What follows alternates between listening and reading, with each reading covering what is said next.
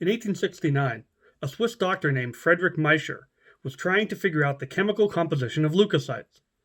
In his experiments, he discovered an unknown large molecule had precipitated from the cell lysate. This unknown substance was DNA.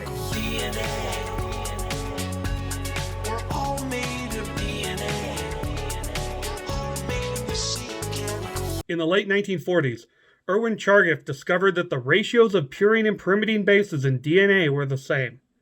He also discovered that the amount of adenine was the same as the amount of thymine, and the amount of cytosine was the same as the amount of guanine. However, even then it would be many years before wonderful experiments by the scientific team of Alfred Hershey and Martha Chase determined that DNA was the carrier of heritable genes. They used a bacteriophage, a virus that infects bacteria, with radioactive DNA to infect E. coli.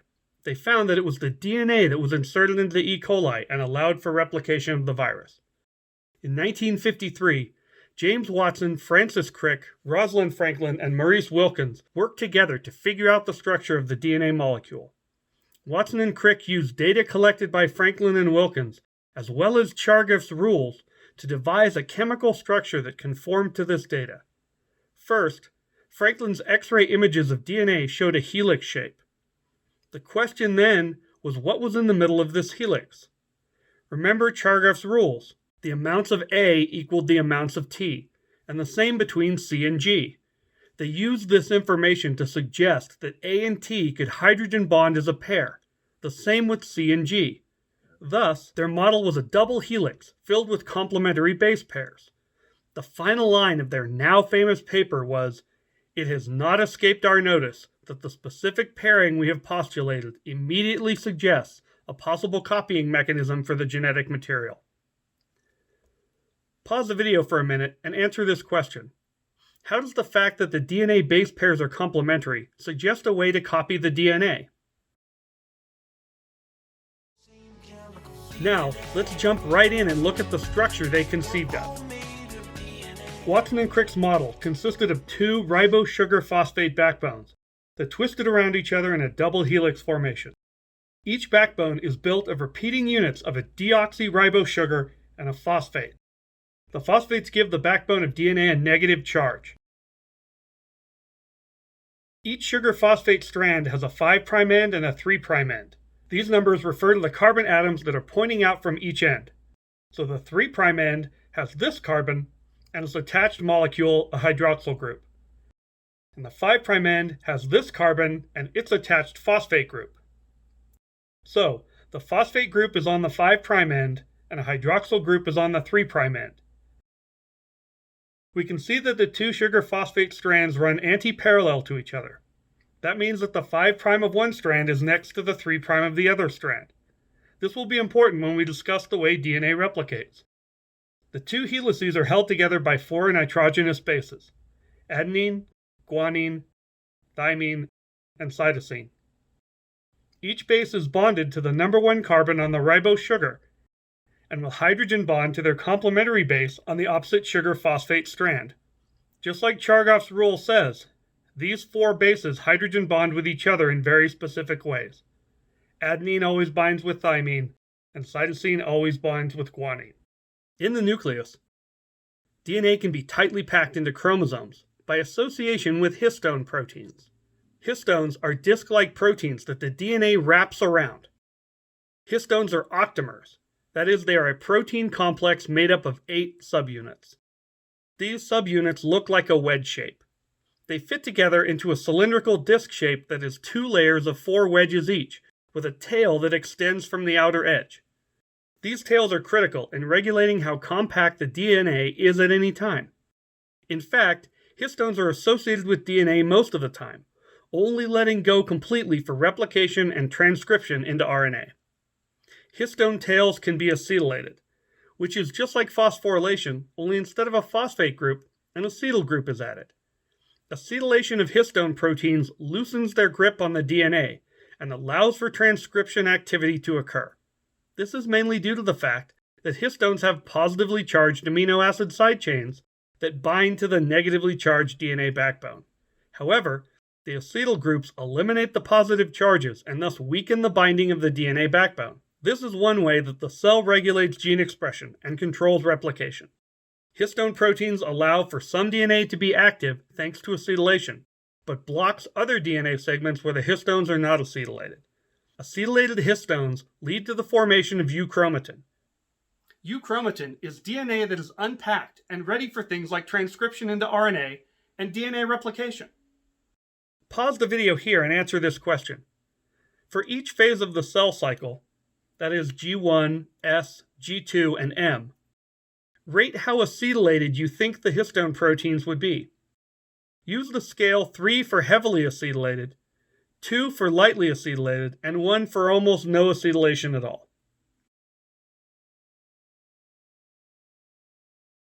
DNA replication is semi-conservative. This means that each strand of DNA serves as a template for replication. Each strand then becomes a whole new DNA molecule. This reveals the basics of DNA replication. The strands are separated and then rebuilt using the complementary base pairing as a template from the 5' to the 3' end. The two strands are referred to as the leading strand and the lagging strand. We will talk more about why this is later. So, how does this work, and how does it all get started? Let's take a look at the cell cycle again, and see how the cell regulates some of the checkpoints that lead to DNA replication. The cell cycle consists of G1, S, G2, and M phases, as we have seen before. Remember that S stands for synthesis. This is the phase where DNA is copied.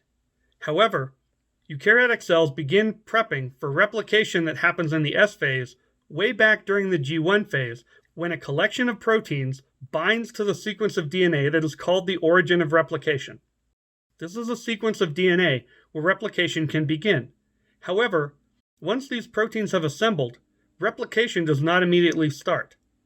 These proteins wait for a checkpoint signal.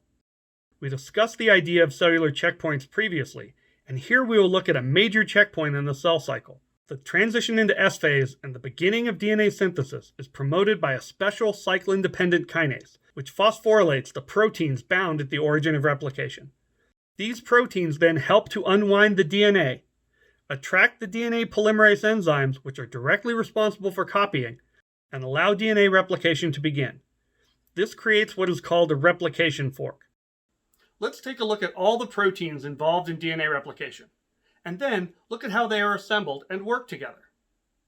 We will be looking at the process of replication in E. coli, but it is important to note that eukaryotic cells do something very similar, even if it involves a few different proteins. The first protein, which we have already met, is actually called helicase. Helicase is an enzyme complex that unwinds the DNA. This enzyme uses the power of ATP hydrolysis to unwind and separate the two DNA strands from each other. It moves 5' to 3' along one strand of the DNA. Next, we have topoisomerase. This enzyme sits ahead of the helicase and prevents the DNA ahead of the replication fork from becoming overwound. It creates small nicks in the DNA, flips it over, and seals it back up. Now we've come to the big guns. DNA polymerase. DNA polymerase is an enzyme that can take a DNA template strand and add the complementary nucleotides onto it to form the second strand. DNA polymerase requires single-stranded DNA and a small primer to get rolling. The main DNA polymerase at the replication fork is DNA polymerase III. In fact, there are at least 2 of these enzymes working at the same time, one on each strand. The bases that are being added are added 5' to 3'. These bases look almost exactly like ATP. In fact, the only difference is the hydroxyl group on the number 2 carbon is switched to a hydrogen. Each of these base monomers is added by attaching the first phosphate group of the new base to the 3' hydroxyl group of the previously added base. This releases a diphosphate molecule. The hydrolysis of this molecule into inorganic phosphate is an exergonic reaction that is coupled to the endergonic polymerase reaction. Thus, the bases provide their own energy of incorporation. These DNA polymerase molecules are bound to the helicase by tau proteins. This connection makes sure the helicase doesn't run off without the DNA polymerases. In fact, DNA polymerase III would only add about 15 complementary bases before it fell off the DNA template if it wasn't supported by attachment to the helicase and what is called the beta clamp. The beta clamp is a ring-like protein that encircles the DNA and binds to DNA polymerase III. This protein stabilizes the polymerase and increases the number of complementary bases that DNA Pol III can add up into the thousands. Clamps are added to the DNA strand by the clamp loader that is attached to the replication complex. We now know enough to look at the leading strand of the separated DNA. Because DNA polymerase III can only add bases in the 5' to 3' direction, the leading strand can be complemented directly as it is separated from its old partner. This starts when the helicase moves along the lagging strand in the 5' to 3' direction, and the DNA is separated into the leading and lagging strands. On the leading strand, an enzyme called DNA primase adds a small primer of RNA in much the same way that DNA bases are added. This short sequence of RNA serves as a launching pad for the DNA polymerase III. So the primase adds a short RNA primer to the leading strand, a beta clamp is added, and then the DNA polymerase III binds the DNA and the clamp and starts adding complementary bases in the 5' to 3' direction. You can see how this is easy because the DNA is coming out in the correct direction.